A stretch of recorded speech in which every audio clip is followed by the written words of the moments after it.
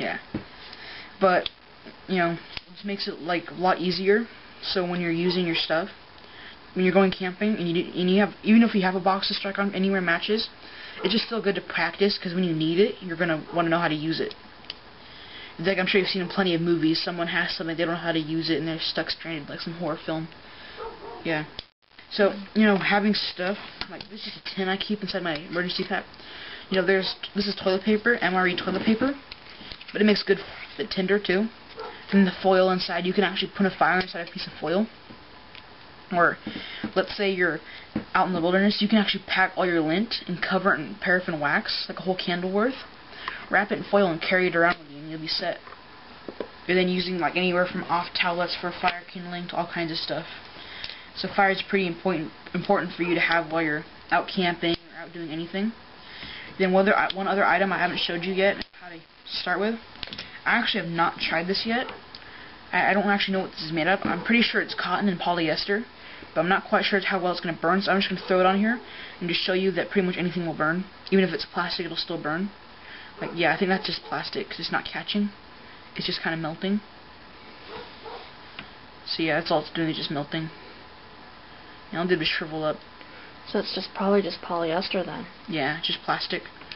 So yeah, it's kind of pointless. You can even use like paracord type stuff. Paracord will burn, surprisingly. So then what you want to make sure you have then is the cotton batting and not the polyester batting for your kit, because the cotton batting will burn, the polyester batting will just melt.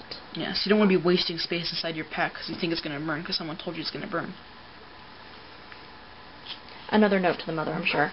Yeah, but yeah, pretty much anything you will probably end up taking with you burns decent, you know, not to worry about. And if you're in like a complete survival situation, I'm sure you'll find some way of burning something, even if it's out there ice cold. Like I have this little tin, and I keep a little piece of wax. It's from a candle actually that kind of melted, and the wick fell out of it.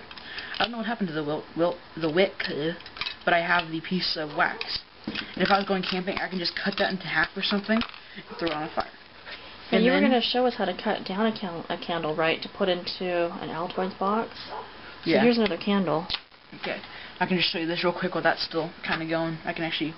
Like another thing to have, if you have like a 5-gallon bucket, like you're just going car camping type of thing, even if it's filled with water, you can just kind of cover it up your fire, and it'll smother it out.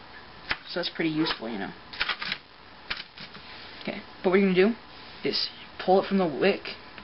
If you don't break it, make sure you do, is because some of these little tea candle ones, the little cover on the side will bend over the edge of the candle, so you're just going to rip out your wick but not get it out, because the little edges right here bent over the top of the candle, so it's not going to fall out. But as soon as you take that out, you're going to use your knife and cut along how big you want it.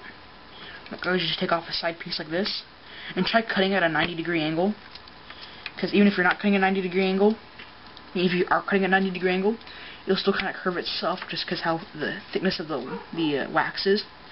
Because wax isn't exactly all that smooth, it makes it kind of difficult to cut it to size.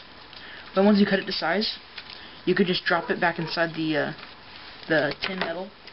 What you're going to do is kind of fold it up and then sideways, just kind of crush it around. And if you want to, you can just use some scissors. It's not too thick, so it's not going to ruin a pair of scissors. You can just kind of cut it or fold it over like this. You can even tear it, I guess. It's really thin. You can just kind of tear it so you don't have a whole lot of excess metal on here. Or if you really wanted to, you don't even need to carry any of that. Just carry the piece of So just the candle itself, the wax? Yeah, just the wax. This makes it a little bit more easy and user-friendly. But yeah, this will still burn for probably just about the same amount of time. You're just cutting down the weight and size. So even if you wanted to, you could put it inside of like a small Altoids container. And these Altoids containers, you can find them blank in some stores. I think it's more handy to use an Altoids container, because you're already buying Altoids, you know, just use the container it comes with. Recycling. Yeah. Save the planet. But then you can also use anything from tissue to hand towels to cardboard to pieces of foam, cotton. If you're out in the wilderness and you find moss. Hand sanitizer. Yeah, I can show you hand sanitizer. Just give me a second. And I'll get some out for you. Okay, I'm going to be showing you how to, like, believe it or not, Germ-X is actually probably a good fire starter. It kind of works like candle wax. You probably want to get like a little bit of lint or something. You don't actually have to, but it helps it burn like a wick. The lint acts like a wick. Just pour some on there. You can get your lighter, candle. I'm going to use a candle wick because it's a little bit longer, because I'm putting inside this little bowl so I don't make a mess everywhere. And I can use it like a punk for fireworks. So it'll make it a little bit easier for me to just light it. And once it gets going, Germ-X will burn a lot hotter than normal stuff. As you notice, it's a blue flame, and I can feel the heat pretty close around here. So, I mean, as you can see, it's a pretty cool flame, you know. I wonder if it would ever burn green. Add some more in there. But yeah, you know, it'll burn really hot, and you'd be surprised at what kind of stuff is flammable. You ever have like a free day, go in your backyard, set up a bunch of tinfoil or on a tarp or something, or in the concrete driveway, and you can just kind of play around with stuff. Yes, well, he used a little bowl for the Germ-X just for his mother. I was a little concerned about the Germ-X. I wasn't sure if it would, like, you would light it and it would kind of pop or sizzle like oil does. But yeah, it'll probably burn for a while. So having just like this little bottle of Germ-X can not only keep you clean, but, you know, get your fire going pretty well. Look at all this is pretty much straight Germ-X and it's going. Excellent. Well, thank you so much. Yep, now I'm going to put it out. Oh. Well, good luck with getting that fire out, and we will get cleaned up. And thank you so much, YouTube, and I hope you enjoyed this very instructional video that my 13-year-old son put on for us tonight.